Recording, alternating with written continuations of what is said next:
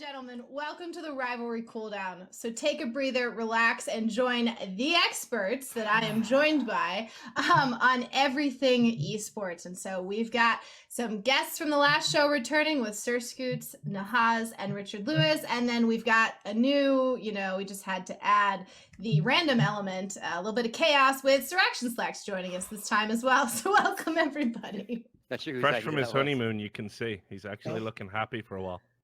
Yep. Not quite sure what that meant, Renessa. I thought I was coming on the expert show, and I just get immediately shit talked. So shout out for that. Yeah, ready to talk esports, ready to talk life, boys. And what an honor to be here with you guys. What some would call the old men of esports. This is great. I can see my future ahead of me, and it is dark. It is dark and balding. Dark and balding. All right, I'm halfway there. Speaking of dark futures, so I asked the guys what they wanted to talk about before the show, and Slacks was like, well, what about Blizzard? And I said, wait, Heroes of the Storm still relevant? I'm sorry, what? So, yes. True story. Yeah. We're dropping the big bombs before the show even started. Take it easy. But what do we see? We saw Blizzard promising at BlizzCon that Heroes of the Storm would continue, and then a couple months later, oh, never mind, this game's done. Yeah, well, I don't think anyone's surprised. I don't think anyone here was surprised that Blizzard decided to pull the plug. And honestly, I'm in kind of two minds about this. So first of all, Blizzard definitely had to pull the plug. It was one of those experiments where they were using Heroes of the Storm to basically learn more about esports economies, esports spending, so they could put it into other games, primarily Overwatch. Sure. A lot of the things they experimented in within Heroes of the Storm have been assimilated into Overwatch. So I don't feel that Blizzard made the wrong business decision. I saw a lot of people going, oh god, it's such a gosh darn shame, how dare they do this type. It's like, listen, dude, Activision Blizzard are a business now more than ever, and if you're not profitable, you're getting cut. Welcome to the big leagues. You can't cry about that. But I'll say, I know from my own investigations, or whatever you want to call it, that they were telling people in advance, staff wise, that they were going to cut it, then signing them to NDAs, basically saying don't tell anyone. And meanwhile, they were giving very vague messages to people like team owners and commentators and people like this who are kind of banking on there being a 2019 season. That everything's fine, don't worry about it. We'll let you know all the details as soon as possible. And just being incredibly vague, which of course is no way to handle your business. So I understand the grievances from that side of things, but honestly, Heroes of the Storm was pretty much dead in the water as an esport right from the moment it launched. So I'm amazed it lasted this long, frankly. I mean, sure, we all knew that it was coming. I mean, but how are you going to do that to your community, dude? They just up and left them. They abandoned their asses in the dirty. I mean, Blizzard is, their fanboys are very strong. They're very good. They go from game to game. They buy all the Blizzard games. They go to BlizzCon. They built that great community.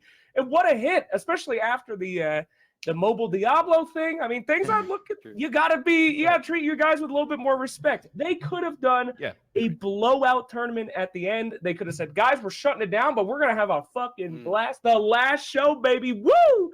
They could have done something amazing. I agree with Slacks. I think that's an excellent take. I think that from you agree with Slacks? Wow. Nobody's more secure. No surprise to me. They're not talking about Dota, so sure, it happens. There happens. You go. No, that title was not going to compete at the weight class that you expect a Blizzard title to compete in the esports space. That just wasn't happening. As Richard said, it never was realistically going to happen. But I think that the denouement, if you would, could have been handled a lot better. Yeah, sure. I mean, does it matter though? That's my big question. Do you have to treat gamers with respect these days? I mean, or can you I think as Blizzard you do, because for the reasons that you said, because you have a community that really jumpstarts your titles. I mean, I don't know that Overwatch grows as fast as it did initially. And when you look at how effectively they were able to leverage those initial growth trajectories into raising capital for the esports side of it, You know, I do think it makes sense to take care of those people that are helping you grow your titles that quickly. Well, did you read the Twitlonger that was put out by one of the players? Hang on, let me find it for you.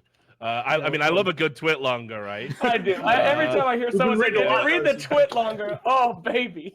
Yeah. Let me find it. Sorry, I should have had this ready because I did see it in the topic list in the chat. I haven't got it with me. I'll try and get it while I'm talking, or I'll get it when somebody else is talking, and we can edit it in. But basically, one of the players was saying that, you know, Blizzard we're going to make you stars, and they brought them in for the first season, and you know how it is, right? Like, if we've all worked on these projects, you go up to your hotel room, and there's a bag of swag and a t-shirt, and it's like, this is where all the fucking budget goes at esports events, by the way. People spend like fucking hundreds of thousands of dollars on fucking t-shirts, on backpacks, and jackets, and fucking brooches, and just all this memorabilia bullshit, and then you bust by season 2 because you spent it on tats. I got a cupboard full of this shit. So anyway, you know, they were like, oh, it was all like that, and then they went to the Blizzard Studios, and like no one knew who the fuck they were. Like Overwatch staff were like, oh, what are you doing? They're like, well, we were like players and heroes of the Storm League and everything. And the whole thing was just like a fucking disaster. And like they said the difference between even like season 1 to season 2 in terms of the spending and everything was just unbelievable. That it went from a bag of swag to you had like a Snickers bar and a fucking pillow waiting for you when you went there in season 2. You know? Wow. So. Which is great. I mean, who says no to that, right? But I mean, look, it was a league of diminishing returns. They threw a lot of money at it initially. They were absolutely convinced it was going to work.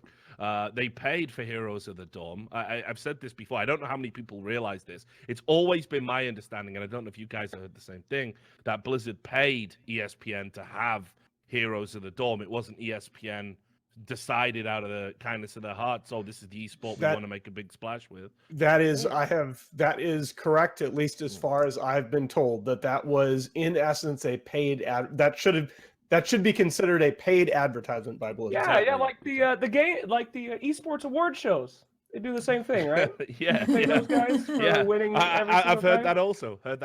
So that makes sense. But yeah, so I mean, look, it was very clear that, I mean, I think if you were in it and you were being realistic, I know a lot of people, we do get over invested, but it's like, I don't know how you can't see the writing on the wall. And I think what Slacks said, the right way to handle it is just like, you know, especially at something like BlizzCon, which is meant to be, you know, when you're not telling us, hey, remember that franchise you love? It's a shitty Chinese mobile game now. When you're not forcing that down our fucking throats, why not just say, like, hey, we're all here, Blizzard's a family, we got some bad news, but we're going to have one blowout tournament, send it off, and then that'll be the end of the esports thing. We wish you all the best. Or in your statement, talk about how you're going to empower like small tournaments and local tournaments and local LAN competitions to keep the scene alive, because that's what we did in Counter-Strike Source. I mean, that game after CGS was dead on its feet, but we kept it going because Valve just let everyone have the license, and there was a bunch of small tournaments, and the community kept it going. It is possible. You can do it. So I think, Blizzard they don't give a fuck about y'all anymore. Let's be real. You know, they care about their shareholders first and foremost. Their share price has been tanking, and everyone else can go, peck shit with the hens, as my granddad used to say. Oh. Damn. I mean, they're under tremendous amount of pressure to do just that. Yeah, I think the moral compasses of big corporations like that, when they start selling and shifting, slowly leave. Like we've seen the announcements, the guys that are the heart and soul of Blizzard have throughout the years left and gone somewhere else, right? Morheim, Medicine, et cetera, et cetera. That's why Valve has changed. Some of those guys moved on. Reminds me of what Stalin did. Yeah, just like Stalin. Yeah, here's the revolution, and then Trotsky gets the ice pick to the brain. You get airbrushed out of a photograph. Never happened. Nothing to see here, boys. Nothing to see. Heroes of the Storm is just edited out of the BlizzCon. Yeah, exactly. What was that? Mike Morhaime? Who's that guy? What a wacky name. Never heard of him. I mean, we talked so much about, as we were talking about before, like building up a community and the importance of that and all that shit. And I'm still unconvinced. I mean, think about all those times like people were like, don't pre-order, guys. Don't get games. You know, they can't treat us like this, but we still eat the shit. Well, people do. I mean, that's the thing. Yeah. So People what's the are point? pre-ordering the next Blizzard title. Without knowing what it regardless. is. Yeah. Yeah. Yeah, that's So I mean, I maybe think- they're right. Maybe we're crazy. Maybe you should treat them like garbage and get the loot boxes and as much as you can, as long as you can. We're all addicts. Let's face yeah. it. I mean, Let's face Blizzard it. has 20 years of building a Right. franchise, of a name at this point. When you think about it. Sure. I Now- mean, what you build in 20 years, you could piss away in 2. Sure, And, that's true. They're think- definitely proving that right now. I think when it comes to heroes, you have to go to the core that we always talk about what makes a good esport. And it forget all the money they dumped into it. Forget and we'll talk about it because I was on that first broadcast. I was one of the directors of Heroes Reborn. Shit, So yeah, that's I was true. in the truck with Uh-oh. ESPN. So, hey, I love that game. I was in the Did truck I? with ESPN, and I was definitely looking around all week, going, well, it was actually like 3 weeks of stuff, but I was like, we're spending a whole lot of money on this game. Holy fuck!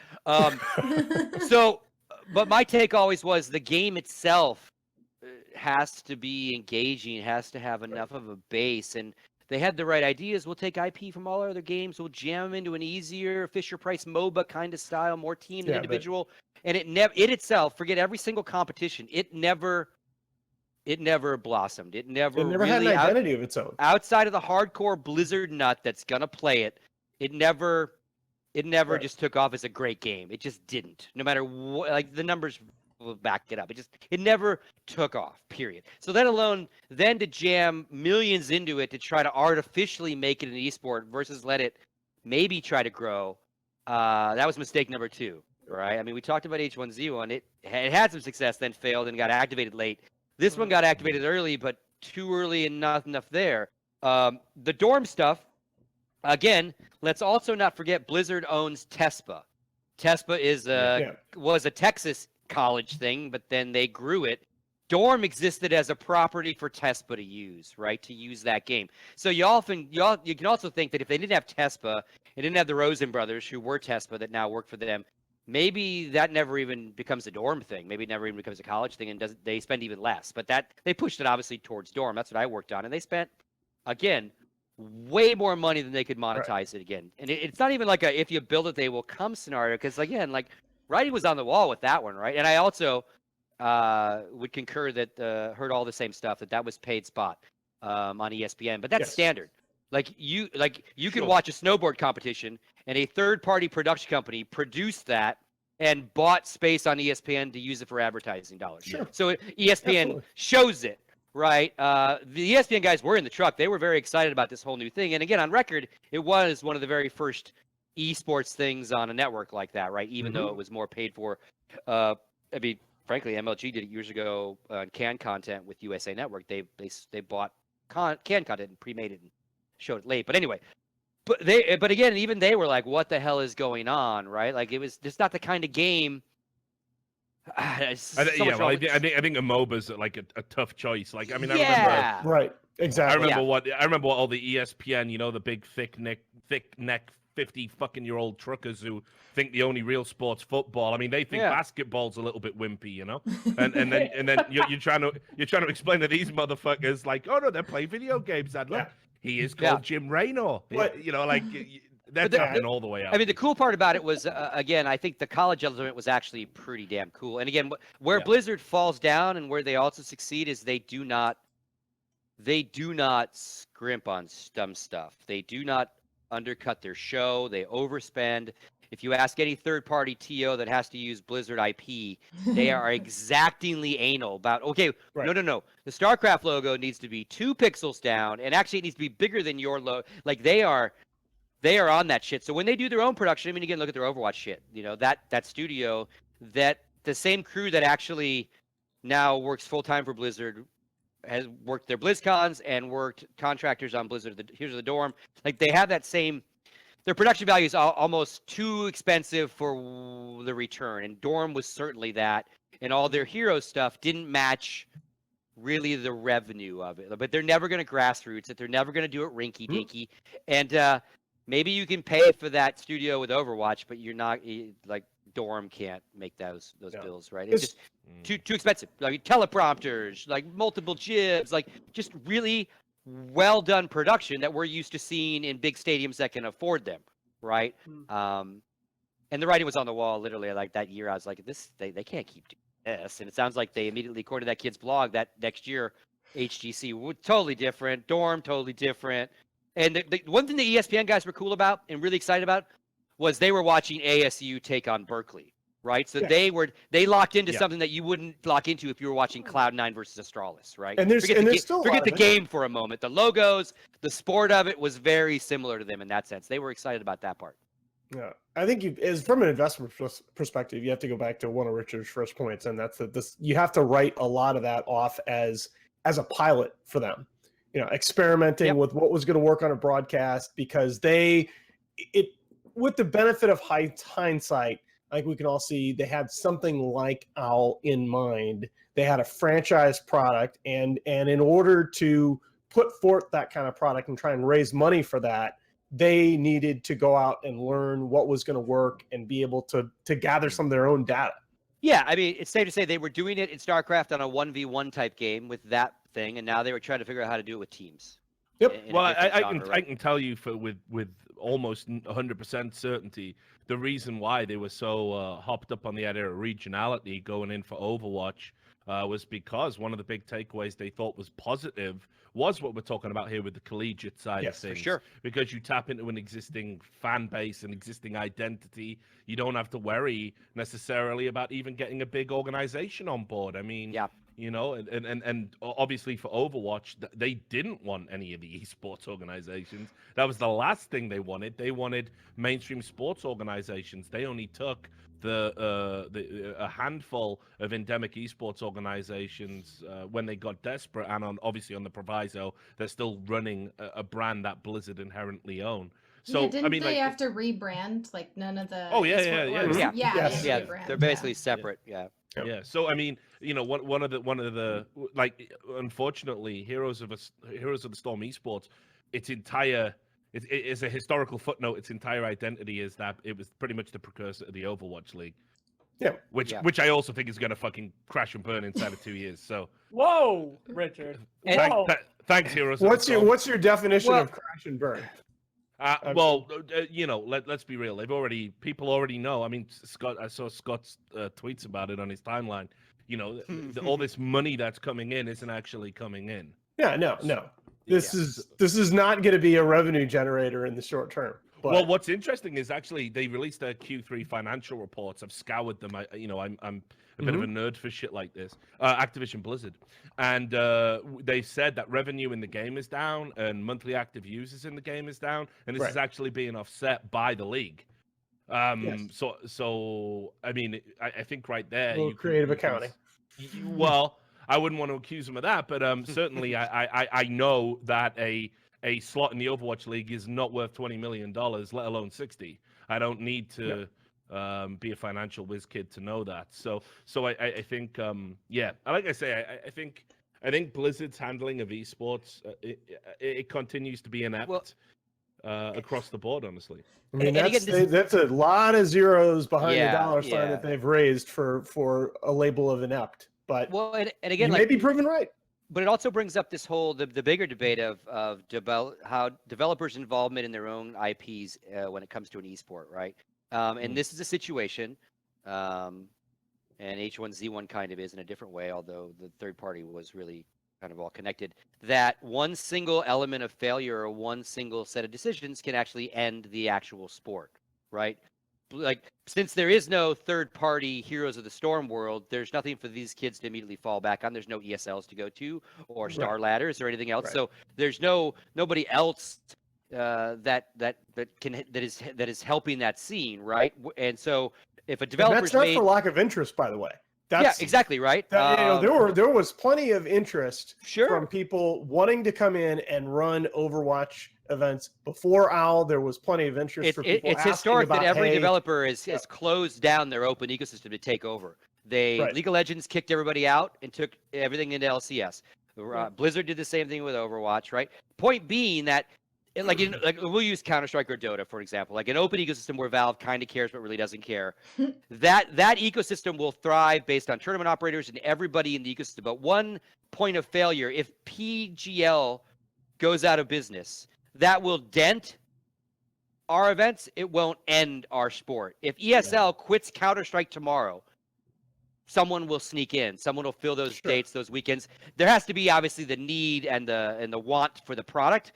But if a developer owns it and makes it a marketing thing, and you never really know who really wants it, or who could use it, who could touch it and taste it, then like you kind of fucked yourself from the get-go, right? Like, because now it's too, like, if they were to say, okay, everybody and their mother, just do what you want with Heroes, it's too late, right? Like, you've already taken it to the mountain, and now you're gonna let ESL play with it. Why are they gonna touch that game, right? Maybe a little would.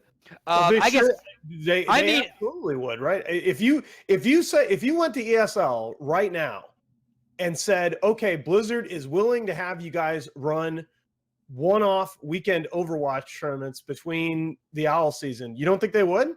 No. He's talking Heroes of the Storm. I'm talking about a game has died due to the developer, like Heroes. Okay. Third parties aren't going to grab it back because it's not going to. Did Hunts really die because of a developer? I mean, this is a game it never. Here's my point. That's my point, my bro. That's my point. Okay. It never had a chance to even see what it. This game had never had a chance to see what it could be on its own. It immediately got 0 to 60 by the developer, and now said rug has been yanked, right? That can never happen to Counter-Strike. It can never happen to Dota, right? So that is a negative of developers becoming involved early, right? Now, Overwatch, different. They were hands-off. Everyone was playing nice. There were cups every weekend. Everyone was doing shit. Everyone was loving it. The game was growing. Numbers were growing. Then Valve said, everyone get the fuck away. Here's what we're doing. We don't want anyone. League of Legends did basically the same thing 3 years earlier, right? All the LSS teams went everywhere, and then they could go nowhere, right? So, point being, this is another scary part of a developer loving your esport because since they are game developers, they have a board. They don't care the same way. Like Blizzard doesn't care about esports the same way ESL does. Period. Okay. They care to a certain extent. ESL's job and career is esports events. Team owners focus on teams and esports, right? So this developer, they own this biggest part of the product, is actually the scariest fucking part of it because they can at any given time build it up, rip it away, change it, and let's not even get into patch it and do all the different things they can do while you're playing it. Right? But I've yet to see, and we won't know, we've yet to see a developer actually properly long-term nurture and love their game properly because it's just started. Transition time. Oh, what a beautiful transition. We'll see what Overwatch does. Well, I mean, obviously Dota is a prime example in Counter-Strike because it's the same developer kind of nurturing or not nurturing in two very different ways, right? Yeah, but neither like the thumbs of like League. I think StarCraft's been around for quite a while. Yeah, but StarCraft 2, StarCraft had nothing. Blizzard had nothing to do with StarCraft. Blizzard started to care about StarCraft 2, right? Yeah. Okay, Blizzard are 09ers, as Wheat and I would call them. They are 09ers to esports. They showed up with Street Fighter 4 as esports companies. They're a developer forever. But I mean, they sued TESPA and lost because of how little they cared about StarCraft in Korea, right? So or Brood War. And then the StarCraft 2 thing as well. I mean, they had a community who was saying, this is the biggest esport right now. This is hot shit. But we've got an event every weekend with the same players and the same talent. We're really, and even to the point where, if you remember, people were going head to head and even trying to do pay-per-view to milk StarCraft. And the community was who got fleeced by everyone. They were coming in and saying, like, listen, we need you to come in and put some structure in place. Wouldn't like a World League be cool? Or something like this. And Blizzard were like, oh no, this is fine. This is fine. And they came in and brought in WCS way too late. People were talking about region locking in the community for years before Blizzard brought it in. And that's the thing. And people were talking about, oh, look at what Dota has with the crowdfunding and the cosmetic items. Why don't we put that in StarCraft? Blizzard are like, no, we don't think that's a good idea. Now, of course, they're doing it now that the game's dead. It's pretty much everything the community suggested Blizzard did 2 or 3 years too late. And this is what I mean about ineptitude. They've had some of the biggest esports products of all time. And yet whenever they start molding them, that's when it fucks up. Right. Well, Scoots is right. And that's why Valve's system has been really successful in a lot of their esports titles, that they put that onus, if you will, on the community, right? They have them grow that up and it comes organically. And that's what you get from like a capitalist market that Valve is able to do, is have people compete for the best product. You're going to get the best product because they're not putting any laws on it. It's whoever makes the best shit gets the best stuff.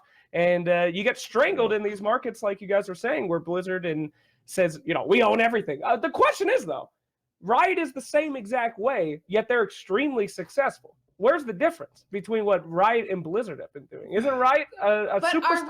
Are Riot still successful? I mean, aren't we seeing numbers dropping off? And I'm not willing to accept falling? this brand of Blizzard as inept either. For the record, I think that Blizzard's made a lot of mistakes, and I think here's the storm. The problem with it is you can't talk about. It's difficult to talk about esports and just to talk about the game itself. Yeah, separately.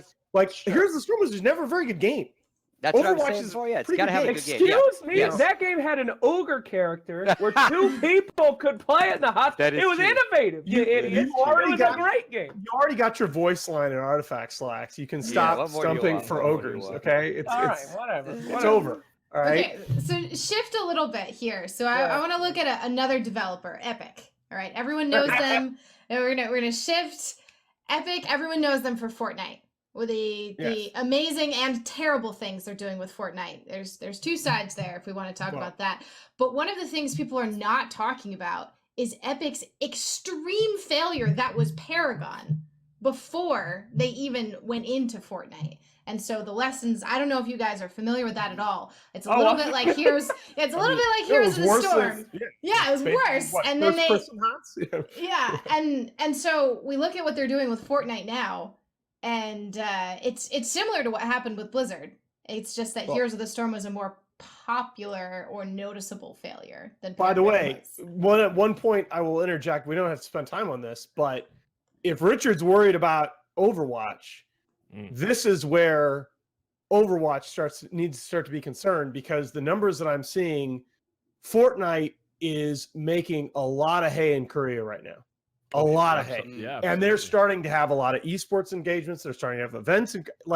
If Fortnite starts to make huge inroads in Korea and starts pushing around Overwatch in Korea, that's where Blizzard is really potentially at risk. But I'm gonna let you that's go. Epic go helping Blizzard with region locking and keeping the Koreans, cleaning the Koreans up a little bit. Yeah, well, Overwatch, even white guys can win some had, shit. Yeah, they even had what's his name come out. God, I'm terrible with names. You know, the guy who came out and was going that, oh, guys, we can't balance Overwatch because we're working so hard on getting rid of toxicity. You know, Kaplan. That's Jeff Kaplan. That embarrassing shit. Can you imagine the fucking Ice Frog ever saying something like that? You never get anything done. Look, no. Let's not make a mistake that 90% of people on Reddit make, and that's the problem I have with a lot of these discussions is we get stuck debating the polls. We get stuck debating between the Jeff Kaplan, sitting in front of the damn Yule log versus the Valve silence for months at a time. Sure. There is an interior optimum here, guys. Yeah. Oh, sure. We can look at what Fortnite did, right? They released that stupid sword at the day of a $1 million tournament that just crushes everybody, and it's all anyone can talk about for days, and Slasher has it all over his Twitter. And then what does Epic do? They say, sorry, guys. We're removing this. We're idiots. The response, it's actually interesting to me, that response, when you put it up against a couple days earlier, they actually came out and made a statement justifying the inclusion of sword. They actually came out and said that adaptability is something that we believe is part of the competition, yada, yada, yada. We want our competitors to have to face game changes. And then all of a sudden we're pivoting 180 degrees to, oh, sorry, guys, we effed up. More broken than we thought, basically. Well, that's the thing. I mean, you can adapt. Sure, that's a great argument. Dota players know all about it's that. It's not a great argument. But the problem you've got, the problem you've got is no one should have to adapt to something that is fundamentally broken. Right. For example, we had it in Counter-Strike where Valve introduced a new gun called the R8. It is the single worst update in Counter-Strike history, probably since dynamic weapon pricing in Counter-Strike Source back in 2007 or whenever the fuck that was. You thought the MAC-10 was broken. Yeah, well, because this gun, literally, it wasn't even worth picking up a rifle or an AWP even or anything. It was one shot, one kill anywhere on the body, buy a pistol that cost like $850. It just broke the account. Yeah, and it could go melt through through people. armor. Yeah, and it could go through people. Yeah, it was insane, and it was like that week. When that patch was rolled out was just horrendous. It was like it was no fun at all. Now and Valve obviously rolled it back, right? The difference was, fortunately, the infrastructure we have within esports, Counter-Strike esports, we there were people saying we're going to play on the previous patch. Fuck this, this is stupid, and we were able to insulate ourselves. By the way, the that's not technology. something, Epic don't do that.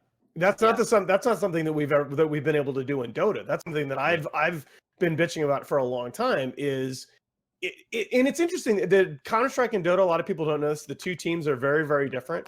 Like the guys that do Counter-Strike events tell me that there are often members of the dev team like at the events with a laptop with the game source code. Like we don't get that in Dota. I mean, we get Bruno. Yeah, sometimes. well, all right. Come on, Valley's now. shit all the time. This is very different, though. Dota is about adaptation. It is about you get the chance to ban heroes that are broken. You should never roll back a patch on a competitive Dota MOBA. Let me put it to you this way: unless it's truly broken, though. Unless it's broken something. Right. Yeah. Like there are those instances where the game will literally crash if this combo happens. Yeah. Well, and there's Do you remember also when Monkey certain King was bugs. released, Slacks? Yeah, that was broke as shit. The initial Monkey King, like even before Captain's Mode, and they sold the like $50 Arcana with him or whatever. That was akin to if them doing that and having TI the next day.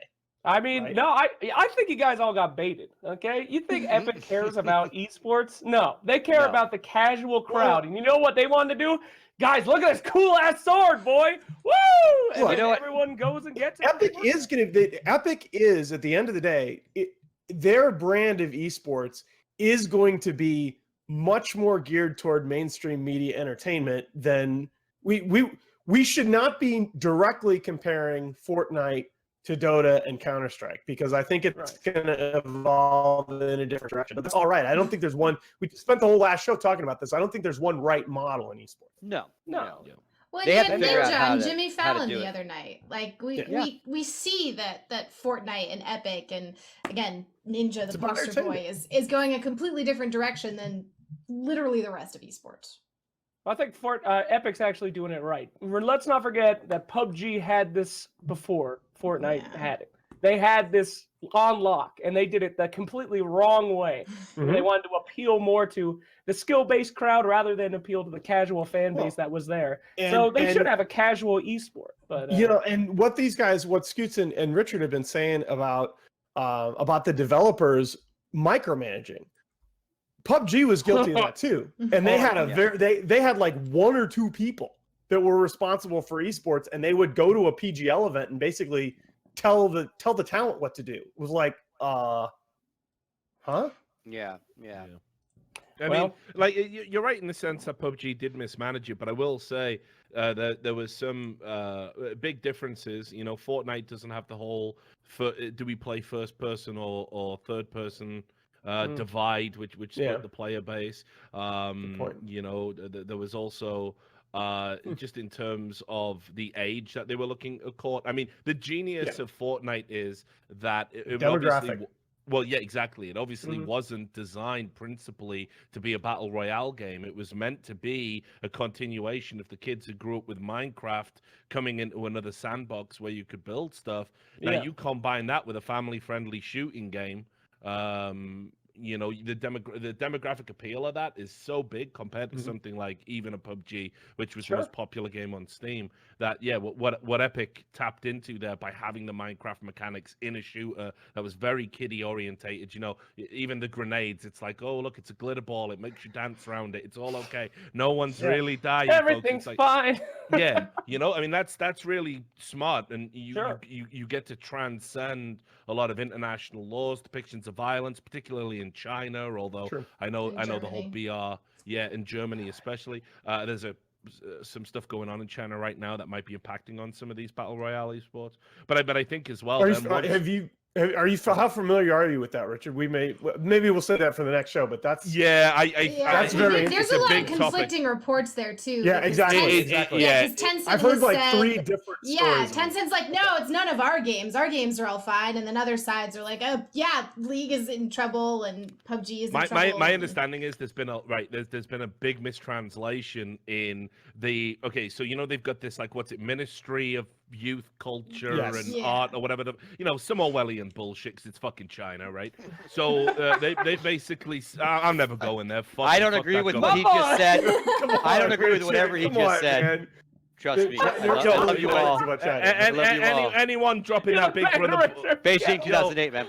I'm never going there. Anyone dropping that Big Brother bullshit, fuck you. Like, I'm not down for that. Like, don't treat your people like that. Fuck that. I love the Chinese people, Chinese government, not for me. Human rights violations. I'm not on board with it. He's going after North Korea next. I gotta go. If North Korea wanted to run a big fucking esports tournament, I might put my hand up and say something about it. You and Rodman rolling into. Have a good time out there, by the way, though, guys. I'll be thinking of you.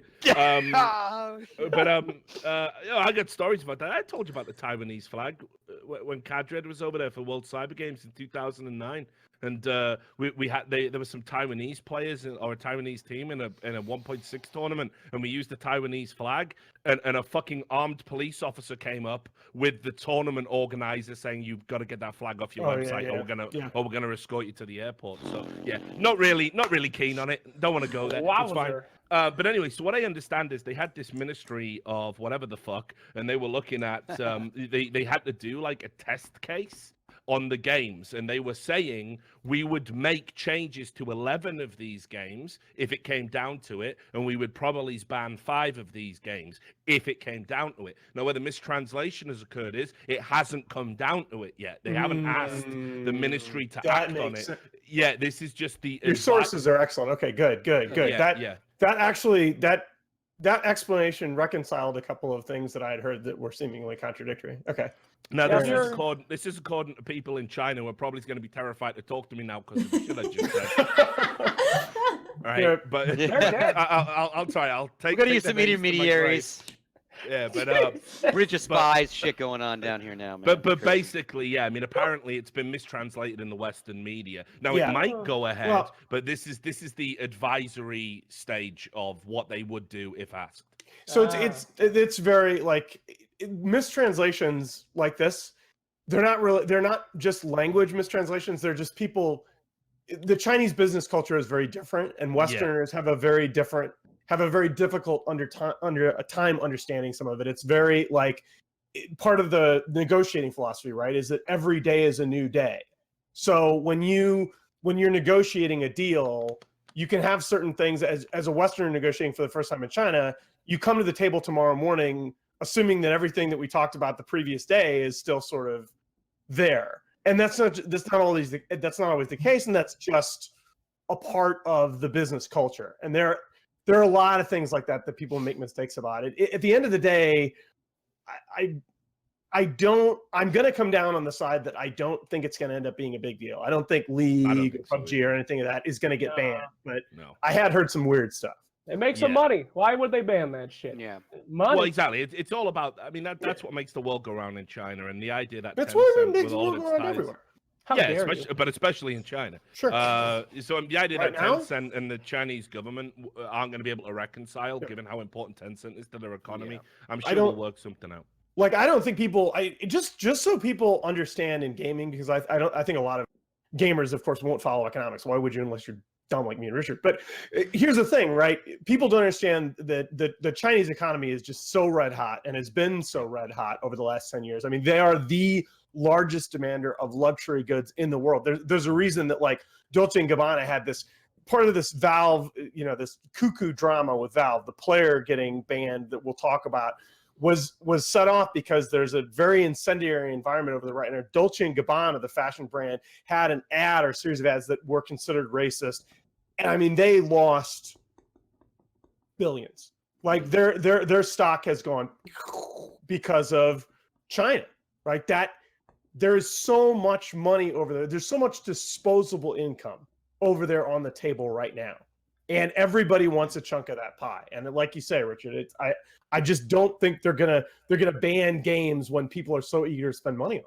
Well, I and just they like to point out that, you know, the Counter-Strike was never mentioned as a banned game. The Steam client is now available in China. All things. Yeah, That's they just signed a deal. What a that Steam coincidence. is in China. Hell yeah. See you, League of Legends. Bye, Fortnite. Go Counter-Strike. Pew, pew, Yeah, pew, right. Yeah, right. Tencent is making this Chinese social media. They're helping with that whole thing, like the Chinese True. social media ranking system. They're like in with the government, dude. You want to talk about Orwellian? Yeah. I was waiting Yeah. for you to bring up social scores, Richard.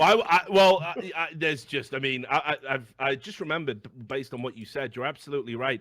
It over the last 10 years, it's got the largest growth in terms of GDP as a country by far compared to anyone else. And I just realized how much money I've left on the table by criticizing. See, I'm what you did telling there? you, man, don't So do I'm it. apologize. just having one of those little, like Larry David moments. And here's the thing: for those of you economist hobbyists out there, don't look at GDP. Oops.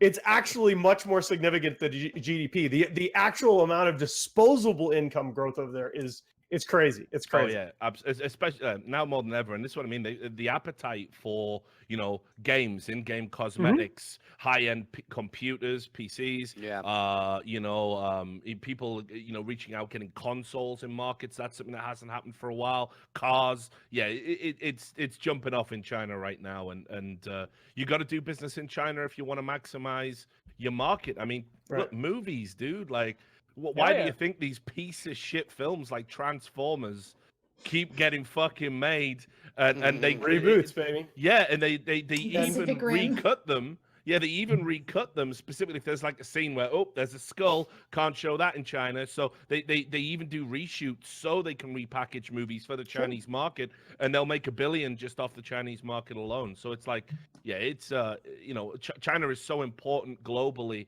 as an economic factor, and it informs a lot of Western businesses' decisions for good or ill, as we've seen with Valve recently. Well, yeah, and that's definitely something that came into play with. We can talk about the Kuku issue now. Just a brief summary, if your head's been under a rock.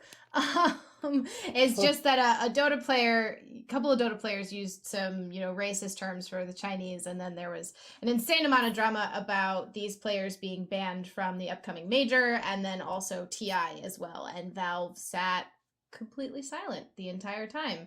Yes. And suddenly they announced, hey, look, Steam's in China. I mean, good move by Valve, dude. Jesus, if I was at Valve, I would have just killed the kid. Just send an assassin. That's cheap. Jesus Christ, we're trying to open up Steam in China, and this kid's trying to mess it up. And 2K for a Bulgarian hitman. Just take him out. Jesus. And they have a lot riding on it too, because Valve right now is under a tremendous amount of economic pressure right now. I won't nerd out on the Epic Store versus Valve for you guys right now, but it's a serious concern in terms of the pressure that their revenue model, which has basically been evolving since 2003 and has almost unchanged in the last at least 7-8 years, half that, is now for the first time getting serious economic competition from another entity, and their expansion into China could render all of that irrelevant. Or, I mean, if China were not on the table, okay, we don't have a lot of numbers about for Valve because, of course, they're a private company, right? You can't do direct comparables with stuff like Activision Blizzard. But if China were not on the table, if Valve were a stock, I would estimate that their equity would probably fall 30%. I mean, they've had a rough 6 months. All of a sudden, though, Steam China. Are you high? You really think Epic Store is going to be able to compete with Steam? Well, it's not just the Epic Store. They've got the Epic Store out there, but Tencent's also got a Steam equivalent, right? Whose name escapes me. Basically, what this clamor that's been going on is, it's to occupy the territory to be able to sell, games through a digital platform in China, the market for which is going to be insane. Nothing is decided yet. I mean, the original talks. This was meant to have all been announced and done and dusted in July this year. It got pushed back and pushed back and pushed back. What's interesting as well is the Chinese people don't like the idea of Steam China. They want Steam. They want good old-fashioned Western Steam, what we get. Yeah. The Chinese, the Chinese government is saying that's a no-no because we know Valve don't do a great job of curating what's on the Steam platform. That's good. So no, they're not gonna. You're not gonna see a digital distribution platform in China with 6,000 games in a year. It's just not gonna happen, right? No, I mean when you seriously though, in terms of here's all you need to know: the basic math. Okay, in 2003, which is when Steam was launched, the standard was for a AAA title. About 50% of the revenue got kept by the developer, and about 50% was going to the distributors, publishers, etc. The guys getting the boxes and the CDs or discs on the store shelves. Steam came along and said, we'll split you 70-30, and that looked like the best deal in the world. People were like, oh my God, I get to keep another 20% extra revenue. This is a layup. Yeah. All of a sudden, 15 years later, and the price point for a AAA title really hasn't changed. It's still $60. And that 70-30 split is looking like a lot. And along comes the Fortnite store with 12%, 88-12. And that's even with Valve introducing 80-20 for the biggest titles a couple of months ago. There's still, it's half. And I get Slacks, I get your reaction because you're saying, I just logged on to the damn Epic store and there are 7 games on there. How can you be worried about that competing with Steam? What I'm telling you is that if you're an investor right now, you're worried. Yeah, but it takes one F up for that to go down. I mean, we're talking about this is like trying to get your product on the Home and Garden Network like 10 years ago. It was just a big deal because it's the distribution platform. It's so widespread. If I put my AAA title on only Epic and then what's the median number of games owned by somebody? So the most recent data we've got, which is 2 years old, or almost 2 years old. Sorry about this. What's the median number of games owned by a user on Steam? Oh, mathematics, you say? 2. Okay. All you got to do is you got to get people to come for Fortnite and buy one other title. Well, they don't even have to come. So the Epic Store had Subnautica for free the other day. And which is a crazy popular game, and they're like, "Here, have it for free." But that's the thing. They don't. People don't realize, right? It's a crazy popular game. It's also a game that it's been in early access forever. It's been released for at least 6 months, right? Yeah. And all of a sudden, you take a 6-month-old title, you advertise it for free, and you get people to come in, download Fortnite, and maybe buy one other AAA title. And it's a good model. You have the Hades early access, like it's a very good model. What you've got to think about is it's interesting because what Epic are doing by having a store. Is them mirroring what Valve themselves already did with Steam. And if you remember, the Half-Life was the delivery system. Yep. Right? This unbelievable they launched game. It around the big title. Yep. Yeah, exactly. And if I need to have the Epic Store to play Fortnite, the most popular game in the world, oh well, shit, I'm gonna browse and see what else is on there. So you have to think about. And if one other game is free, for that. Yeah, exactly. Ooh, well, now. That's exactly. That's the thing. Is Steam, people way overestimate, like most of the people that talk about Steam are people like us that probably own hundreds of games. People way overestimate how successful Steam is with the median user to actually getting them to buy more stuff on Steam. Like there is a ton of scope out there for innovation and for competition in that space. But I don't want to hijack the show on this. I wanted to, the broader context is that Valve is actually under significant economic pressure right now. Well, sure. And that brings us back to the Kuku issue, which, I can't help but feel there was only 2 ways to deal with it, and neither of them were what we got. And that was for Valve to basically come in right at the start when all of this was kicking off, because you could see what was happening. Because it wasn't just Kuku, like it was Kuku, and then they lied about it. It was Scam who started it. Yeah, Kuku. And then it was Kuku like being funny after the Scam incident. Right. Funny. Yeah, exactly. The classic. I'll make an edgy joke off the back of this thing that's really not fucking cool, and it's like, people had had enough, and this started filtering through onto social media as it does, and there was this perception that the Chinese fans were being disrespected, and Chinese competitors, your fellow Chinese competitors, are being disrespected, and the community were being vocal about it. So that's where Valve have to come in and go, for fuck's sake, why can't these fucking idiot players shut the fuck up, play the game, enjoy the fact that you get to make money off being, you know, in a healthy esports ecosystem? No, you have to fuck it up every time, right? Boom, in they come. They should just come down and gone, listen, Scam Kuku, guys, like, we got 2 fucking events in China, one of which is TI. What the fuck are you doing? Now we got to ban you. Like, we never do this, but you're forcing our hand. They should have come in and done that then and made a statement just saying, we will not have our fellow professionals disrespected on a racial level. If they do that, this all just goes away. No one's even talking about it anymore. Or they have to absolutely remain silent the entire time, or it looks like they've changed their mind and bowed down to Chinese pressure, which is a terrible look for Valve. And by the way, Valve doesn't change their mind. No, by the way, that was like a 10 out of 10 rant.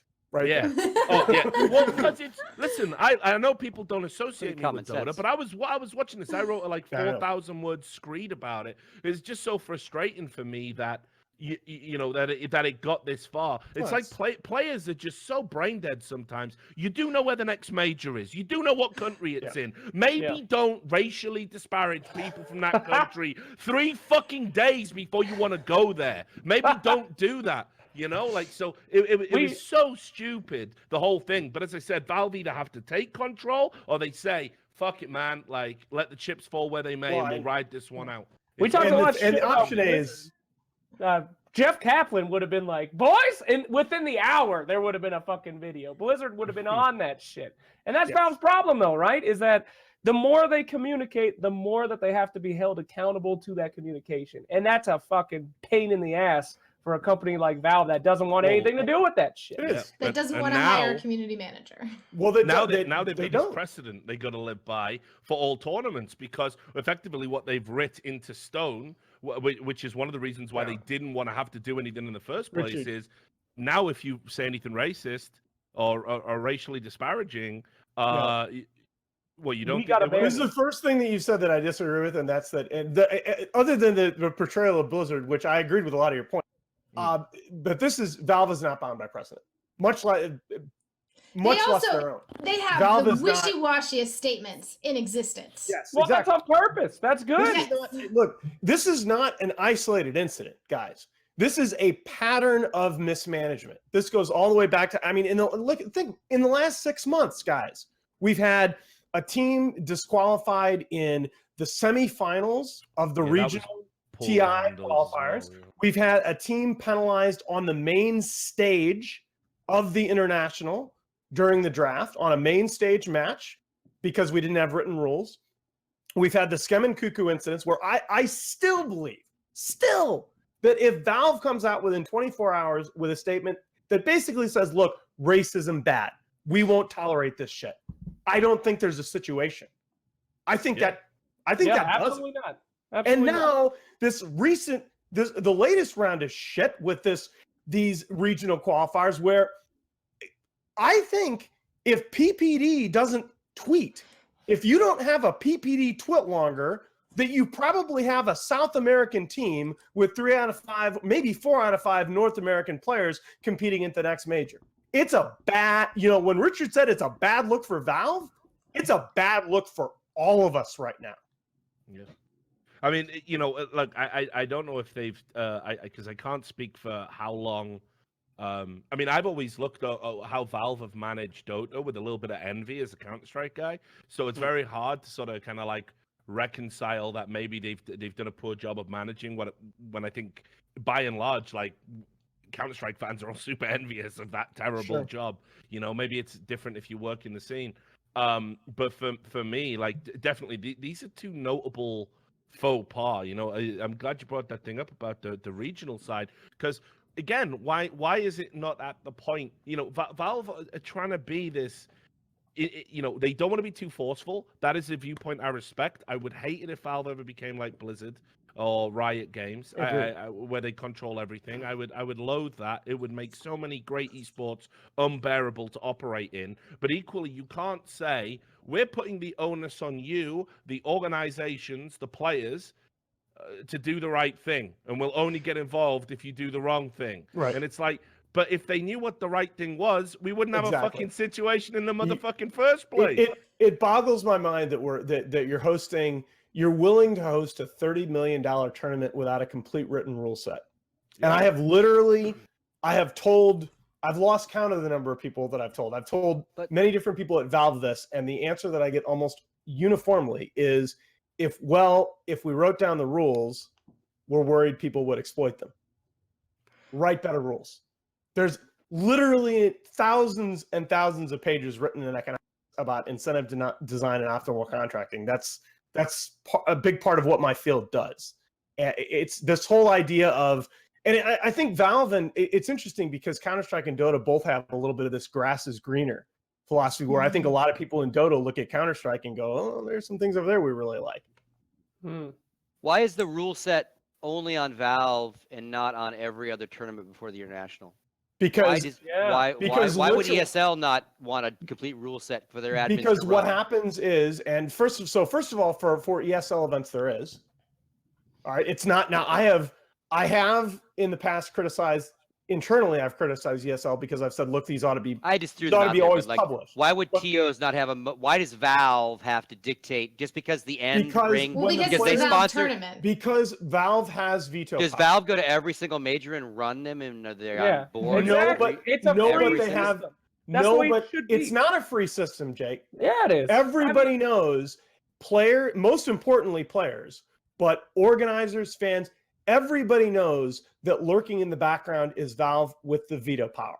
That if every individual tournament organizer knows that they write a rule set and a rule gets violated and a punishment gets enforced and a player or team doesn't like it, that the first thing that player or team does is goes to Valve and say, we don't like this rule, we just got penalized, do something about this. Well, yeah, I mean, you could if Valve is involved in the tournament. The bottom line is Valve is showing up 2 weeks a year and collecting a $90 million paycheck off a TI. I don't think having a set of written rules that govern their own system is that onerous an ask. But go ahead. But if I'm ESL or PGL or whoever's doing Dota events, I'm not writing a rule set and hoping they agree and waiting for it to be some sort of conflict on site. I am going, Valve, before my event, we're adding this, this, and this, and here's why. And I'm getting approval. And then putting the rule set in. And they do, and they don't get a response. Let's look at a cost-benefit analysis. People don't understand that, like, Valve is... trust me. You're talking to two guys that know way more than you about Valve not fucking talking to their community. Like you may be angry at them, but like right? Yeah. Well done. Is there a scoreboard, Nessa? Because I think the root of this issue. At least they disappoint you, man. Dad never came home. He went for cigarettes. I don't even fucking know where he is. Look at Peter's tweet about fucking Matt Woods left and never came back, man. I think the issue here is Nahaz is talking about Valve run TI. Sure, yeah, I mean, I get the point. It's a major qualifiers. It's a circuit. Rules. It's all a circuit that leads to the Big Apple. So they should. I get that part. But I also ESL is making rules, but when it comes to these qualifiers where there's issues, there aren't rules because they are Valve events. Again, this is the thing that a lot of people don't appreciate. That look at the tweet that Peter sent about the 33 stand-in issue for the first major. All right, he had to send a tweet that basically said, "Look, our team, since the location of the major in Kuala was announced, our team has been trying to contact Valve about 33's visa status, and we haven't gotten an answer. And we're tweeting this out publicly in the hopes that we're going to get some kind of response." All right, a lot of Valve does not respond promptly to a lot of these things, and that's game.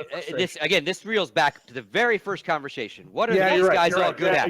They're good at making fucking video games. They're not good at running tournaments. They're not good at running leagues. They're not good at running these ecosystems. They're good at running really good, entertaining video games and keeping them updated sometimes.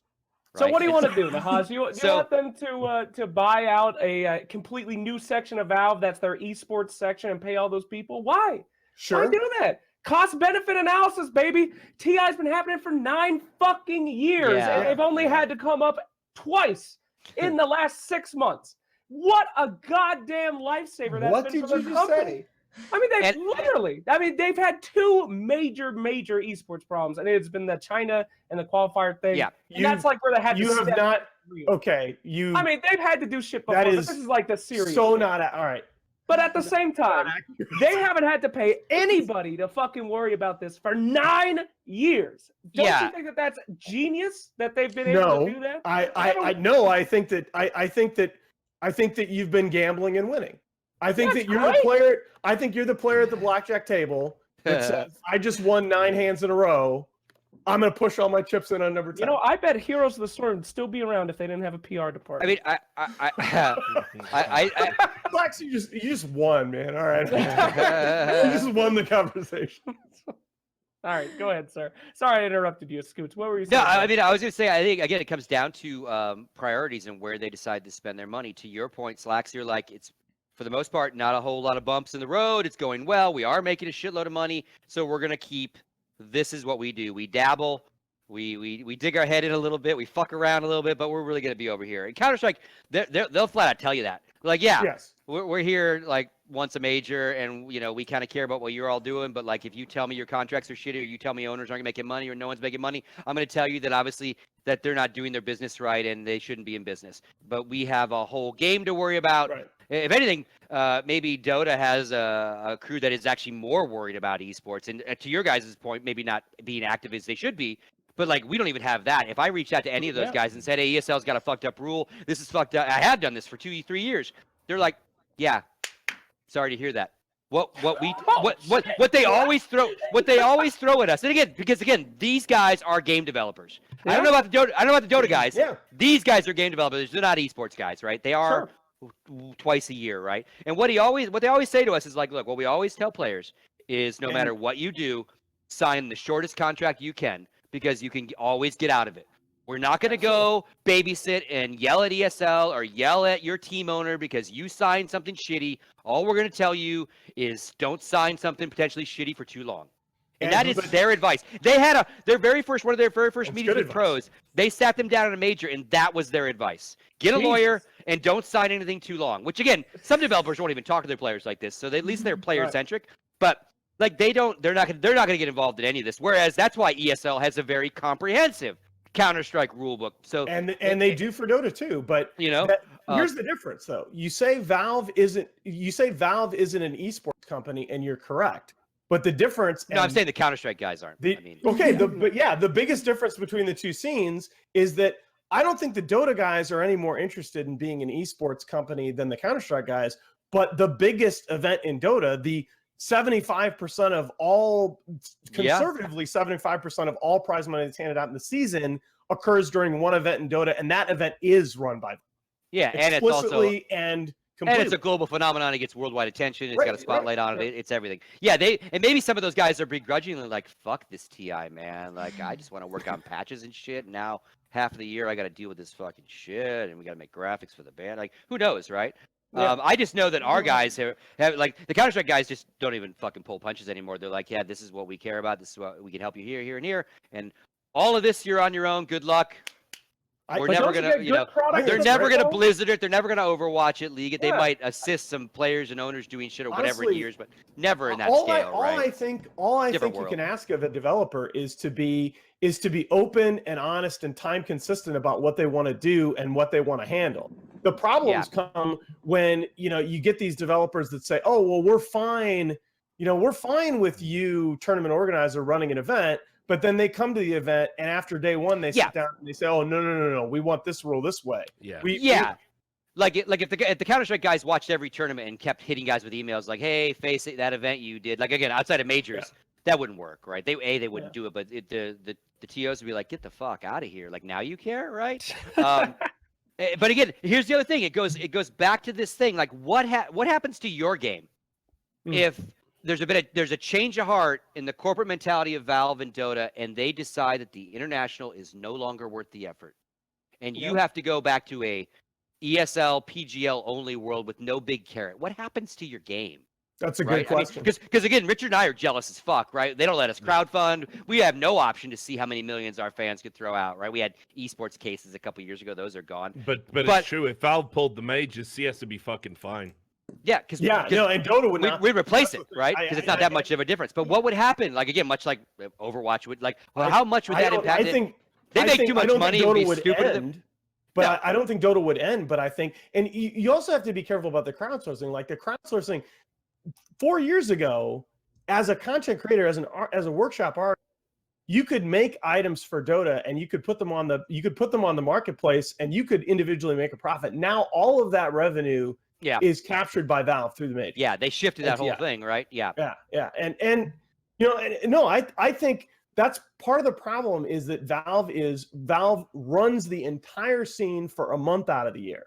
Yeah. And then do you guys ever worry like they change their mind, or is every year I worry? Okay, I'm not worried at all. You know them all. You hang out. Not worried at all. Okay, you know how much enough. fucking money we would make if they pulled out? The community is the one who raises that money, dude. And Valve takes like 70% of it. 75. If they just said like, hey, we'll do a community compendium and you guys can throw TI, I don't care. Somebody do it. Holy Jesus! Interesting. We would have $100 million prize pool, dude. It'd be dope. Interesting way to think about it. Be careful what you wish for. I wish for that. I literally wish that. I would love to be involved in it. TI, and I would steal all the money. You would never hear from me again. I mean, Gabe would have to pass away, retire, move national? somewhere for Dota to stop being important, right? Hell Gabe yeah, obviously loves that game. I'm down for that. When's minus one too, by the way? Shit, boy. I would jack all that money and disappear. You have no idea. Dude, we're just the first year that they cancel, they can't. We're doing minus one TI. Hell yeah. That's the thing about Dota, though. I mean, a lot of people are like worried about it. Don't forget the community. League isn't League puts in their prize pools. Dota does. That's us putting in the prize pool. So Valve could literally wash their hands. We'd still make it happen. It's a very homegrown game, and that's why it's successful. Let's bring it back to Heroes of the Storm. Look, they're was infuriating. I read Dota 2, and I want to claw my eyes out. But we do have a great community. They're amazing. They're problem children. And I want to put them in a corner a lot of the time, but they're amazing people. But there's like communities like that exist. Smash is a great example. Yeah. I mean, they have funded and made their community by themselves with Nintendo actively working against them because it's a good fucking game. Well, Nintendo is not. Nintendo finally? Did you guys catch this? I was shocked that it didn't get more play as a news item. Nintendo finally went, you know what? We actually think having content out there for our games is good for us. Yeah. They lifted. But Nintendo also reportedly, this is another Slasher Inside Sources thing, is not allowing the latest Smash to be at Japan's EVO. That's left off the list of the upcoming EVO in Japan, and so the Slasher tweet was like, "Inside Sources says Nintendo's not allowing it," and so that could be because Nintendo's launching its own, or it could be Nintendo continuing to say "fuck esports." I mean, they have it the worst. So we talk about Blizzard having to watch over people. I mean, Nintendo's the only wholesome video game company. Jesus, do they have it bad? The FGC, anyway, this is, again, it's a topic for a future show. The FGC has always been fascinating because they have a That's one word for them. Well, hey, Richard, look, there's a lot of maddening shit there, but they also have a spectrum of these very organic and very long-lived. Oh, well, oh my God. So no WSOE fighting. Point. All right. That was really good. Just, I got a broad vocabulary. I like words.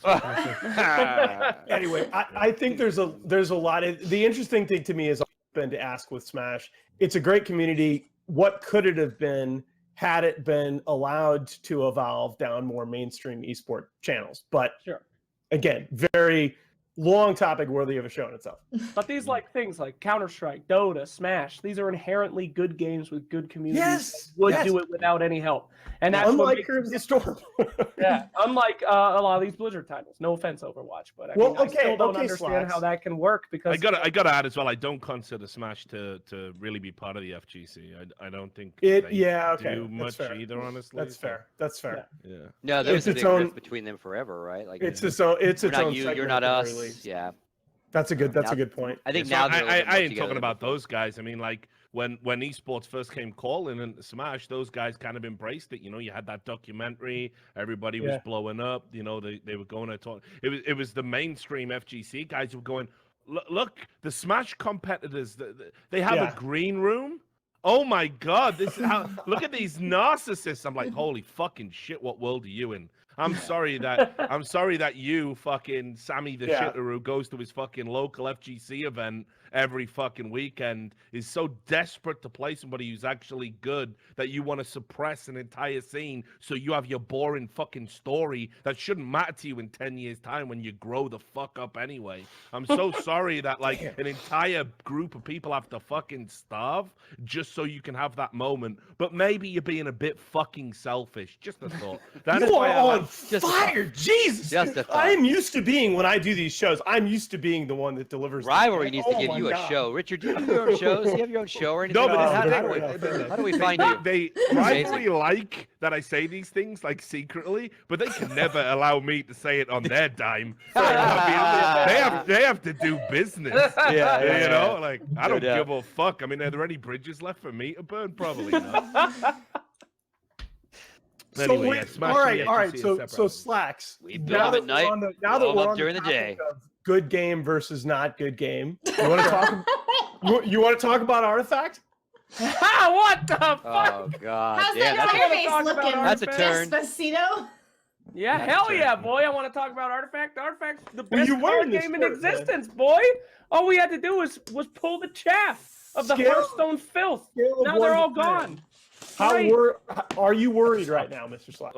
I ain't worried at all. I mean, it's let's look at Counter-Strike, right? I know Counter-Strike had a big following before CSGO hit, but CSGO was a flop when it came out. It was poo-poo. And then guess what they did? They worked at it. They made it the long con, and that's something that Valve does. They make the long con. They find a good core game, and ain't nobody out there, unless you're a Hearthstone streamer with 100,000 viewers every day, is saying Artifact is a bad game. Gotcha. Everybody says that's a good game. No, it's going to be a slow roll. I think economic system was not good. But this was the thing, right? All during the beta, I finished last show with this. This was my stuff I'm looking at random point. That all through the beta, right? I was asking people about this game, and every single person that I knew that was playing it was saying this is the best card game, the most deep card game I've ever played. It's going to be amazing. Strategically, it's maybe the best game ever. And then I would ask about, well, what's the revenue model going to be? What's the exchange going to look like? How are they actually going to structure the game? Because it is a game as a service, and crickets.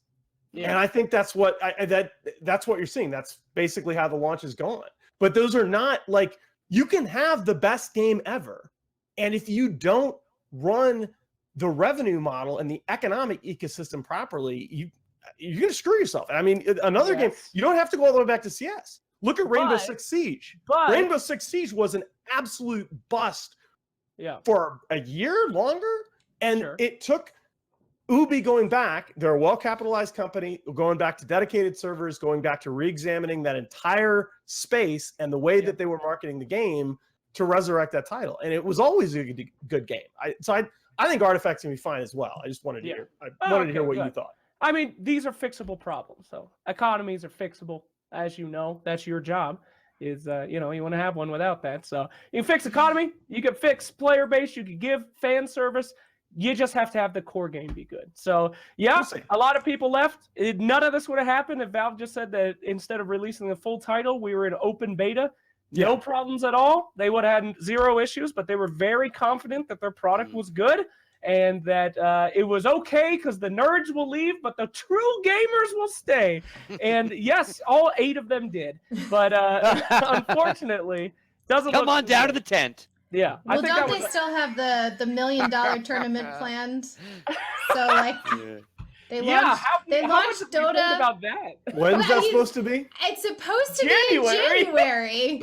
There's supposed to my. be a $1 million artifact room, just like when they They're launched gonna go Dota. ahead with it in January still? No. Well, okay. I mean, it could just happen. I mean, it's I Valve, so fucking it could hope it suddenly does. I'm just gonna win it. happen one weekend. Well, here's the thing that the I don't, Jake, you probably heard all of these. The stories of the stories of the tournaments that they had in house during beta.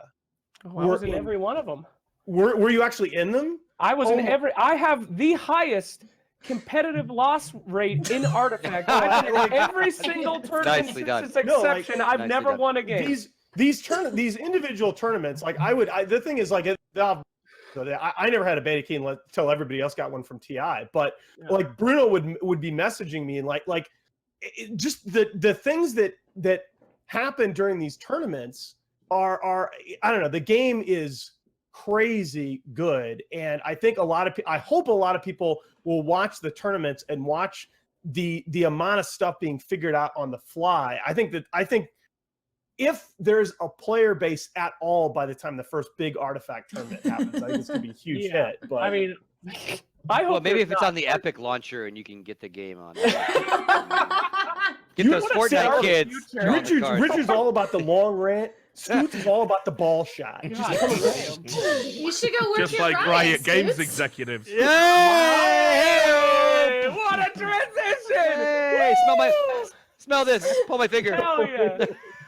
Vanessa, lead us in, girl. I've been waiting for this one. Can I get credit for the alley on that one? Oh, yeah. God. That's what I've been doing for Duncan for fucking 10 years. Yeah, pretty much. Yeah, throw that little softball over there. All right. Let me tell you, so- Rich. It's like this, Rich. All right, so this will be our last developer that we hit on for this show. We can always come back to the other ones later, but I believe Slacks has really wanted to talk about the lovely way that Riot are handling their company politics and meetings and everything going on there. You have any thoughts on that, Slacks? I love Riot Games. It's my favorite Yeah. thing. I mean, they just got done trying to figure out how to not sexually harass women. Good on you guys. We're getting there. Good job. Then they had a nice thing at PAX where they banned anyone that wasn't a woman. Good try, guys. About that. I mean, Well, so don't forget their very super openly LGBTQ champion that the developer went on Twitter and was like, "Oh yeah, she's a lesbian. Just thought you should know. Gotcha. We don't have any other lore, but I'm letting you know this specifically because this will help our PR." I'm glad you said it. Recently, the COO has a 2-month unpaid leave because of his ball tickling and farting in people's faces. Was reported as don't forget butt touching. Oh, and Right? a little bit, just Give a him touch, the a full sprinkle credit. of butt touching. What's going on over there, man? This sounds like the dankest place to work at ever. I've said it many fucking times, and I'll say it again. Riot Games was a fucking fraternity that made a video game. That's all it ever fucking was. There were a bunch of fucking con artists from day one, and they managed to get some fucking Chinese money, and then they just spent it on hiring all their fucking douchey friends. And then they were like, "Wait a minute, we're all fucking douches. We'll tell everyone we're woke as fuck, and we'll hire a guy, Jeffrey Lynn, who was one of the worst cardinal sinners. I mean, I'm amazed his story has never got out to this day. We'll hire him and we'll say, look, we're trying to make the internet a better place. We're trying to stop toxicity, and we're using the game as a conduit to make you all better people. Meanwhile, everyone in that fucking office, some of the horror stories. I mean, again, there's shit that hasn't even come out yet. Oh, yeah. You've got a fucking COO who is going up to employees at their desk and farting on their heads. It's like, what deranged conception of a business is this? Like an 8-year-old house is, exactly. It's just ridiculous. Okay. And it's like, it's the We're tip streaking of an the quad iceberg made after of we shit. put the new hero out. But look. Number one, let's Champion not hero, I act don't like this know. is confined Forgive to me. Riot. And number two, How many other companies have both? Can you imagine Gabe walking around like, Eric, smell this, Eric, Bruno, come here. Okay, but continue your point. I apologize. I mean, I just literally haven't heard anything. Now you're gonna I picture thought it was Gabe doing fake. that, right? Yeah. Like, You'll never no, I forget. really. Oh God, thank you very much for that. Wow, I can't unhear that, can I? No, this is again. You actually saw like very similar things happening in tech, where what happens is basically you get these groups of guys that were all friends in college or grad school, and they make a big piece of software and they get a big outside investor, but the culture never changes from when they were grinding to meet deadlines in somebody's basement or in the basement of the lab, and the behavior never changes, right? And they essentially never have to grow up as a company until they get to a certain size and the workforce gets more diverse, and all of a sudden these guys that have never changed their behavior since they were college students in a basement working at 3 a.m. are now in charge of managing people, and this shit happens. And the gaming industry, like the not unrelated trend in the gaming industry lately is there's been a lot of push about like anti-crunch, about don't work for these developers that are going to ask you to work 120-hour weeks.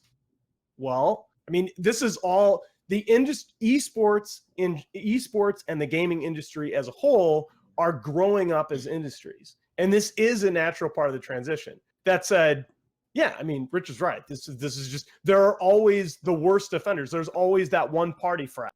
And this looks like that. The key flaw that they always have is they reach a point, of just inconceivable hubris. They just start believing all of their bullshit, right? It's called they believe human they're nature. untouchable. They believe they're invincible. And what they do is they spend their entire time like sort of putting out fires internally. And it's like, here's one story where a woman gets mistreated. Oh, it's okay. We'll just intimidate her and we'll suppress her complaining to anybody. We'll threaten to fire her. Yeah. Oh, here's an NDA. Don't worry, we've sent the guy to retraining. Here's another one over here. All right, well, we'll just do the same thing. No problem there. And then we'll deal with this. And then before you fucking know it, Wait, is this Riot or Trump's lawyers? I'm not sure. What are you talking about? Yes. Well, it happens My everywhere, one political right? jab. Boom, boom, boom, boom. Yeah, That's it. get it in. Boom, baby. Orange all I man got. bad. I'm there.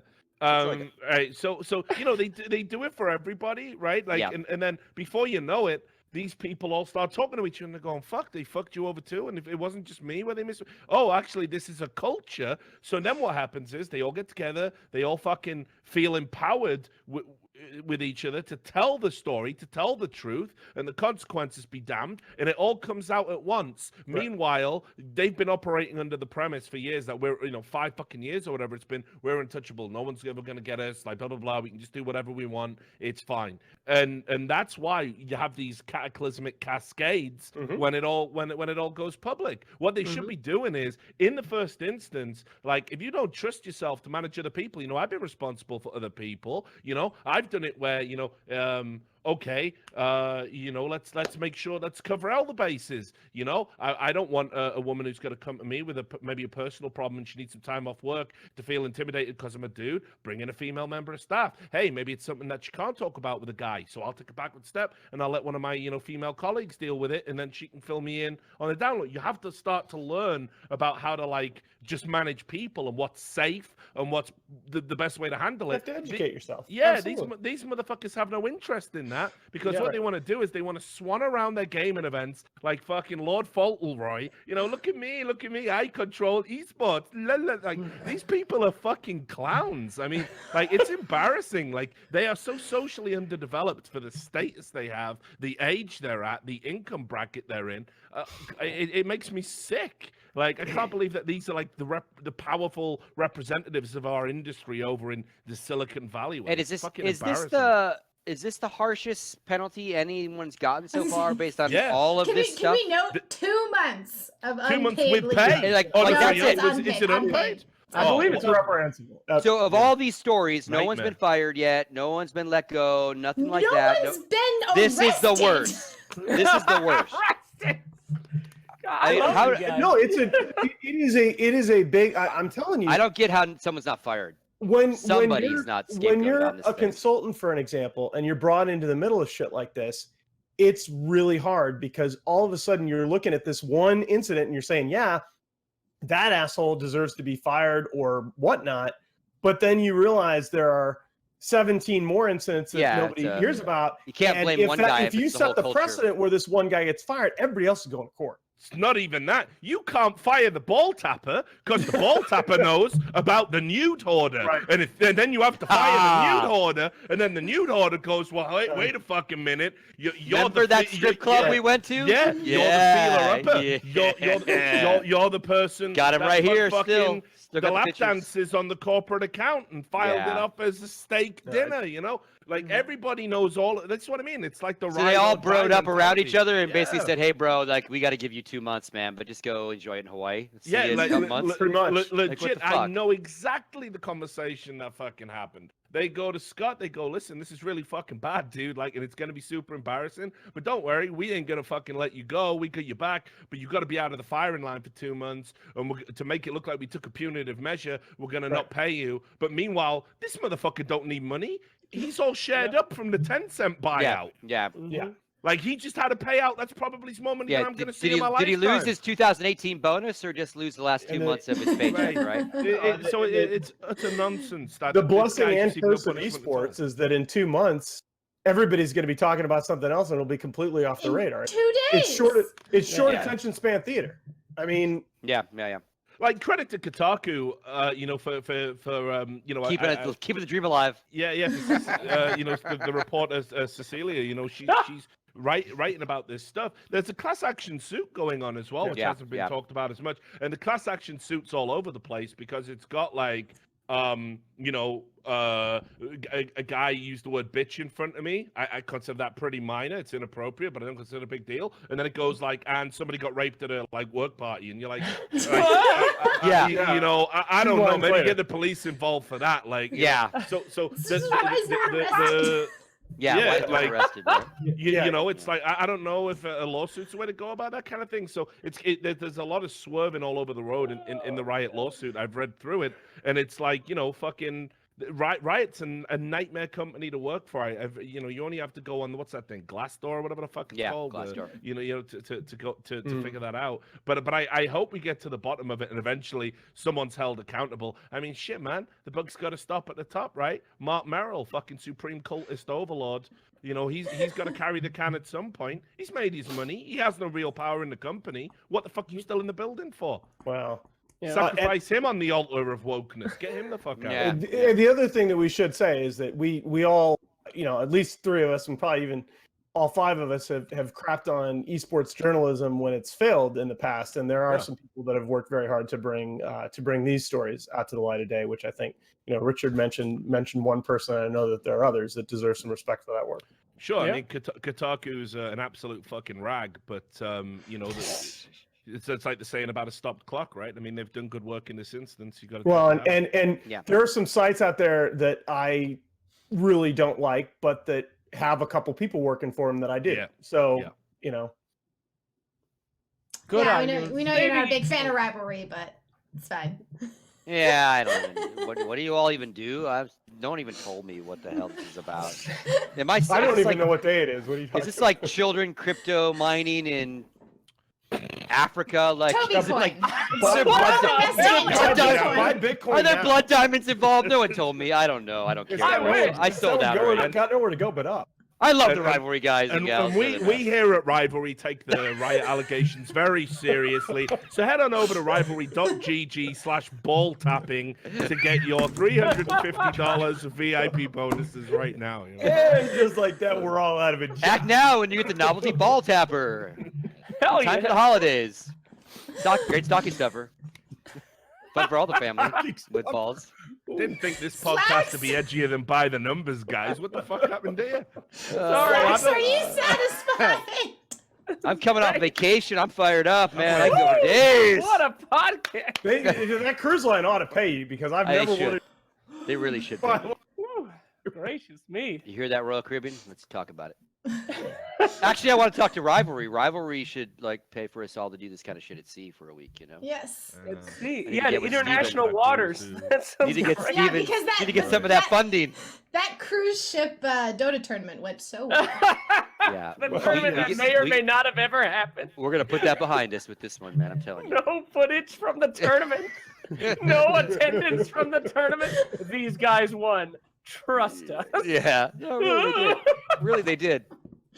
Yeah, it's the fucking Roswell of esports. There, dude. Like, you know what I'm saying? It just fucking disappeared. Does Like, anyone know anyone that even that even Player happened? It autopsy. didn't happen, right? I remember I'm Demon pretty tweeting sure about it it. was- Like, I'm I'm invited. I'm pretty like, sure it oh my happened. god, did it happen? Okay. They played like Well- 200 ping on satellite internet, Yeah. and then yeah. Jack Yeah, has, I mean, Jack has photos, so I'm pretty sure it happened. That's Yeah, the that future go- of esports. that got one No, of my the- alternative awards for worst event of the year. Yeah. So that's why I remember it. No, this would be an esports panel at sea because you could do that easily. Dude, Competitions. yeah, when is someone gonna just pony up the money and buy an island? No more issues with anything. Ooh, Just there you go. esports, Esports islands. islands. Blizzard could do it. Except Welcome to Esports Island. It's gonna be. a It's gonna be. tattoo and It's gonna be Ricardo China. It's China. China. China. has an esports. It opens 2000. All of you guys will be allowed to go, and I'll just be watching on the outside. Yeah. No. Yeah. They'll have these signs like "must be this tall to ride," and then it'll just be a picture of Richard with a big Yeah. red X. Don't let him in. The No Richards Club. No Richard zone. Yeah, on an international scale, you know. Thorn sitting on your shoulder. Oh. Yeah, little I bad never devil. really liked you, Rich. love, love Skrilla though. Go China. Yeah. China #1. God, get me off the At least we know podcast. that Valve yeah. isn't banning you, you know? Yeah. Wrap Speaking it up, of- right now. So yeah. Yeah. All right, yeah, End this shit. we're devolving rapidly. So how does Valve operate with their on-air talent team when they fuck up? That's what I want. We already know how they did it Save that once. for another show, I think. Yeah, we can do it. His All I right, don't know, let me guys, write it on my we're gonna- whiteboard. And we won't be working with him ever again. Well, we're gonna do the same thing we did last time. We're gonna ask you guys for the stories that you're paying attention to, the things maybe we didn't talk about, though we talked about a lot. So, what's in the tank for you guys? What are you watching to come up? So, for shit, Slacks, yeah, I it's the remember. artifact tournament, right? No, not me. Not you. Me All right, go well, last. I'm Me go last. waiting. All right, Me go last. I'll fill a little bit of space. So I'm waiting to see this amazing $1 million artifact tournament in January that Valve Lovely. promised us. So let's see what happens with that. Yee. Oh boy. I'm actually. Oh, sorry. That's go not ahead. I'll go. Last You need more Slacks. time, you said, right? Yeah. Yeah. Mine's easy. Keeping an eye on a lot of Counter-Strike. We got a lot of news coming out leading into 2019. ESL and WESA and EPL have changed the format of their online league. You know, we have two big online leagues, EPL and ECS, which are both kind of a nightmare for everybody involved right now. They overlap, they saturate, they do all these things. Shitty Counter-Strike, it's online. So EPL has just announced today that they are going to basically an E-League model, if you're familiar with what E-League did. Oh. So teams will fly to 4 teams at a time will fly to a LAN that are they're still in the league. There is still the EPL, but those teams will be segmented by groups. You'll fly, you'll play in a studio, your two matches, then you'll go home. It's very cool. And then if you do really well, you come back again, just like E-League. If you win your week, you come back for the finals, and that will be so for a player or a team. Their involvement in EPL now is so much lighter than it used to be. It's a LAN event, so it's better for everybody, and then they come back one more time to win the money. So it's literally a completely different thing than what they used to do. So that's cool thing. That's mine ECS, too. yeah, and ECS is talking. They bragged that they're talking to EPL, so they're working together. We haven't heard if their plans are still online or just going to make sure they stay away from each other on the calendar, which would be half the battle too, right? If we only had one online league and that was ECS, that would be far better than what we had before, which both of them overlapping. So we had one online league. Our longest standing online league is gone, basically. EPL is now turned to a LAN league. And yeah, I think, helping with the Counter-Strike Players Association, we're having a lot of conversations with everyone in the ecosystem. So it might take several years, but I think, again, like you're seeing these players and this ecosystem kind of wrap itself around each other in a different way than maybe not necessarily all perfectly lovey-dovey. But again, with the absence of a developer running this esport, I think the leaders of the various ecosystems, whether they're team owners or tournament organizers, and now the players, are all kind of like, okay, we fought for a lot of years. This is stupid. Like, we're not all making the money we could make. How do we stop fucking each other so much and still be in business against each other? So good stuff, right? A long way to go, I think, in that path, but I think in some regards very historic that the players are even being fucking listened to, right, in our world. So That's amazing. Knock on wood for more of that, right? That's really cool. Yeah, and so that's what I'm keeping an eye on, certainly through this next couple months. Wow. All right, so Same Richard's thing? got the same. Yeah, I got He's the watching exact this. same one. Oh, okay. I'm looking at it, not quite the same for Dota, but I'm looking at it. I think that starting in January, I think when the new DPC was announced for this season, and all of a sudden we went from 20 some majors to 5. A lot of people didn't necessarily expect that. There was kind of a vacuum in the fall part of the season that everybody was sort of rushing to fill. I think things will have stabilized by the time all the teams come back from the new year. I think you're going to see a lot more, good uniform quality LAN events in between the majors. The new patch is just absolutely massive. Teams are still figuring it out. And as we talked about before, I really, as an economist, I'm absolutely fascinated with what's going on with Epic versus Steam right now. I think that this is it's the biggest challenge to the biggest digital distribution platform in the industry. I know analysts personally that I respect that have speculated that Valve might be the most profitable American corporation on a per employee basis. Yeah. And these are guys that write reports for the big investment houses. These are not just hobbyists. I think it is going to be interesting because Valve is a company of programmers. They're not necessarily a company of business strategists. It's going to be interesting to see how their business strategy changes, how their Chinese launch goes, and how they respond to the inevitable hiccups and adversity over the next 6 or 12 months. Oh. Are you ready, Slacks? I'm ready. now? I'm gonna take it real low, real mediocre, and I'm just gonna say I'm excited to see how the next Dota 2 major goes. It's in China. It's gonna be a prelude Really? to I TI. know that. What? Well, yeah. China, Well, Dota. just it's gonna be a prelude There's to gonna TI be 9. whiteboards everywhere. Yeah, I'm very excited. I mean, I'm fascinated by the international. I love it. I love thinking about it. I love trying to think about the problems that they face doing it. And this should be a great example of how China is looking for this year's TI.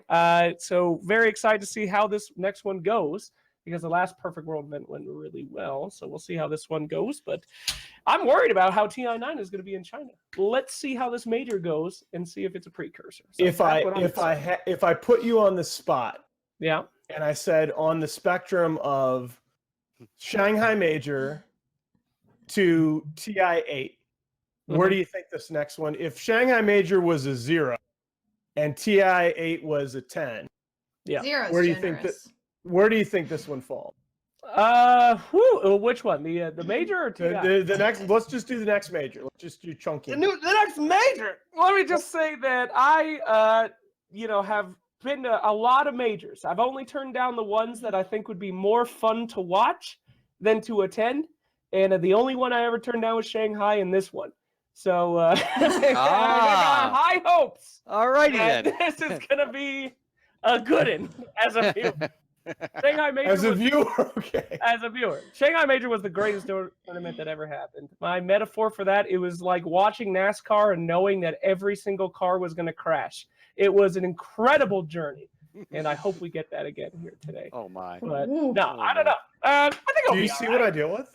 I think it'll be all right. I've They been got a in the lot to green room prove. with you two before. I know. Yeah. Oh yeah. They got a lot to prove. I think it'll be fine. I'm more interested in how TI is going to be this year, and this will be a great wake-up call, I believe, for some certain people to start working very quickly and hardly to make sure that they don't have issues. So excited to see what happens. Anyway, can I ask a nerd question before we go to Go my for it. Counter-Strike friends? Because I don't get to talk to Counter-Strike guys very much. How Yeah, the new wait, patch affect you guys? The free to play and the all that stuff. It doesn't have anything to do with esports, right? But community, you guys doing all right over Yeah, there? we didn't really talk about that, did we? Yeah, I mean, I think it's a lot of us have been saying for a very long time, like, just give this goddamn thing away. Like the popular 100%. games do it, right? Like the League, Fortnite, you name it, right? And yes, it was only $15, so it was like, okay, well, it's. And the idea was, okay, it's expensive enough that a hacker's not going to easily buy a new thing, so it might keep some cheating down. It doesn't. If you're gonna hack, you're gonna hack because you're spending more for the goddamn hack than you are for the $15 game. So you're gonna buy another account if you want to be a cheater. So I think again, like taking the barrier of entry, because I was on a different show and I was like, well, we're never gonna be the big shiny new star, the new game, the new thing ever. Yeah. When it comes out again, when it's Source 2 Counter-Strike, it'll just be the same cool gameplay elements, right? It's never going to be a Fortnite or any of these kind of like take over the world things. That's not our game, right? But the fact that it's now free and maybe a kid that just heard about it but couldn't be bothered, now might be more willing to try it, right? Because Cool. $15 for a kid is $15 Especially- for a kid. Not just a kid; it's just certain parts of the world, right? Yeah, and again, like it certainly opens it up to LAN cafe usage and all sorts of stuff that is a little obviously harder when the game costs money because you have to have your own account and log in. I'm excited as hell about I think that it's great. I'm not worried about the cheating element. Valve has worked on their anti-cheat. It is a little better than it used to be even last year. It is what it is. But I think it's definitely a very good positive sign for, especially again if they move into China and all those other things. Again, give this fucking game away. Fortnite would not be as popular if it cost $20. No it would way. certainly not be as popular if it cost $60. And by not as popular, what you mean is we're talking an order of magnitude at least. Yeah, it would be Save the World. It would be the other version of their game that no one plays. This is you gotta look. That you had to pay for. I'm very, and it might be nothing. And I'm League very too, maybe. excited Who to knows? see- League's free. There are certain areas of the world that have an incredible appetite for esports, but where $15 is a lot of money. Yeah, To absolutely. a lot of people that play. Yep. And CS is, I don't know if you guys share this, but to me as a spectator, it's always seemed like CS is maybe the esport that most rewards just raw skill, raw Twitch mechanics, raw, you pick up this game and if your aim is awesome, you're going to be really good and you're going to make a lot of money. Yeah, the only I just thing... opened... Sorry, go on, Scott. I was saying, the only thing random about the game of Counter-Strike is where you spawn. And it's only random within like 3 feet of where you might spawn. So like we have not like our recoil patterns are not random. They are defined basically. Yes. Like so there's nothing to fuck with you but you and the guy shooting at you, right? Like it's awesome. Anyway, Richard. Yeah, well, I just opened the Steam charts, so it should give you an idea, Slacks. We're currently the #1 game on Steam being played. 559,000 players. Hell yes. Above Dota 2, which is on 407. Wait, what? Yeah, they're all playing Artifact. They're all playing Artifact. And PlayerUnknown's Battlegrounds is on 259, which is as low as I've seen it for a while. So, wow. we had an unbelievable high peak on the day that it went free to play. Yeah. And I think it makes sense, by bringing in a BR mode. That is pretty much the public, mode of this generation of kids. And I think they're going to add content to support and expand on the BR mode. We've already had a patch for Battle Royale just the other day. So I think genius. I'll tell you, if you go to any big streamer who started as CS. And the question that they get like 30 times a day is, okay, well, I want to start playing, or I just started playing and I suck. What do I do? And they say used to say, well, go to deathmatch servers, right? Yeah. Now you tell kids who are interested in Counter-Strike, well, just go spam the BR, get your aim, and then go play the big game. I think it's a fantastic opportunity. And it's very like Valve did it right. It's unique enough, right? It's very small. It's not even like it's like 18 people or whatever. And they maybe increase those server numbers a little bit, but like it's not a 1 versus 100. It's totally the drones and the money and how they're again very unique take on there are their way too many idea. people looking at it as, oh, the battle royale game isn't very good. Compete with Fortnite. That's not what it has to do. It has to be a feeder for the main title. It's just another mode, right? And there's modes that haven't come back yet that we're still waiting for. Really fun modes. So that's how Counter-Strike will kind of keep staying alive. Is they'll keep improving what we play and tweaking guns here and there. But really, it's like the different modes and like we haven't had an operation in a long time. So like this thing we just got, we hadn't gotten anything in about a year. So anything of note, right? So this is a big thing, right? And some people are saying VR is stupid and bad, and but again, I think overall for the game, it's nothing but positive, right? Like cool, hugely bearish on that. Spread the world of Counter-Strike, to more and more people. It has been an epic win. Right. There you go. What a nice positive thought for us to end on.